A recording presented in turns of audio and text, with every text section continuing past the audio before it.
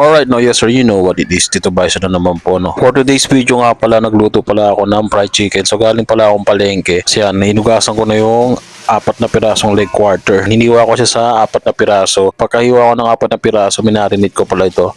So asin, bechin. Yan, syempre naglalagay po ako ng bechin. Kanto style fried chicken to. Tapos paminta, garlic powder at saka yung ginisa mix. Yan, para malasa syempre. Tapos binabot ko muna to. So habang nakababot yung fried chicken natin, so ito, pinalikod ko muna yung motor, nagpalit pala muna ako ng fuel filter. Tapos naglinis na rin ako ng motor. At ngayon nga, no, pagkatapos ko maglinis ng motor, so yan, meron pala akong tira na breading mix. So yan, ginawa ko lang din yan breading mix. So hindi pala ako gumagamit ng yung binibili. Nagko-coat ako ng fried chicken, nakasalang na rin pala yung kawali na may mantika. So yan, sinasalang ko na yung ating fried chicken. So yan, no, medyo hindi pala puno yung mantika rito. Wala, naubusan na rin ako ng mantika. So yan, saktuhan lang yung paglagay natin ng manok. Tayo lang natin maluto yan. Pagka golden brown na, palamigin muna natin, tapos salang na tayo at tawagin ko na yung mga anak ko at kakain na kami. Alright, no, yes sir, you know what it is. Tito Bison nga po pala, no. So kung nagustuhan mo yung mga ganitong klase ng video ko, full time husband na vlog, so subscribe ka na po sa akin channel, na sa ganun lagi kang update sa akin mga video. Alright, no,